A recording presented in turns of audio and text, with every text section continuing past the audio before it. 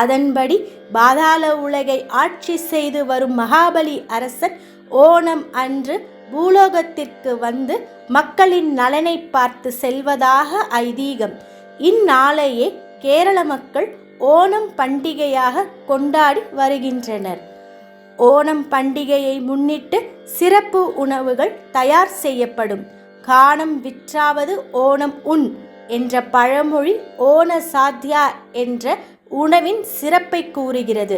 6 சுவைகளில் கசப்பு தவிர மற்ற சுவைகளில் 64 வகையான ஓண சாத்யா என்ற உணவு தயாரிக்கப்படுகிறது. புது அரிசி மாவில் தயார் செய்யப்பட்ட அடை, அவியல், அடை பிரதமன், பால் பாயாசம், அரிசி சாதம், பருப்பு, நெய், சாம்பார், காளான், ஓலன், ரசம், மோர், தோரன், சர்க்கரை புரட்டி, கூட்டு, கிச்சடி, பச்சடி, இஞ்சி புளி, எரிச்சேரி, மிளகாய் அவியல், பரங்கிக்காய் குழம்பு, பப்படம், காய வறுத்தது, சீடை, ஊறுகாய்கள் என உணவுகள் தயார் செய்யப்பட்டு கடவுளுக்கு படைக்கப்படும்.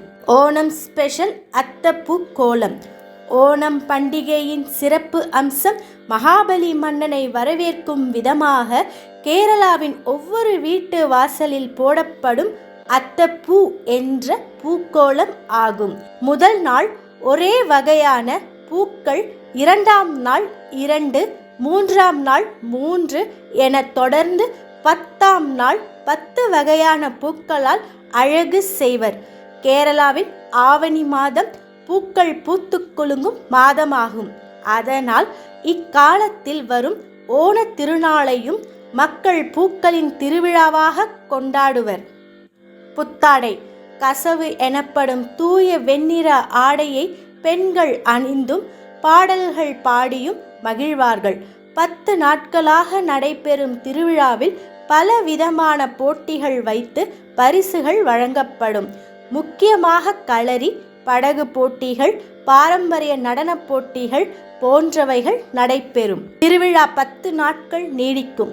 முதல் நாள் அத்தம் என்றும் மற்றவை சித்திரை, சோதி, விசாகம், அனிசம், திருக்கேடா, மூலம், பூராடம், உத்ராடம் மற்றும் திருவோணம் என்றும் வரிசையாக முத்திரை குத்தப்பட்டு திருவோணம் மிக முக்கியமானது. என்ன நேயர்களே, ஓணம் பற்றிய சிறப்பை அறிந்து கொண்டிருப்பீர்கள், தெரிந்து கொண்டிருப்பீர்கள்.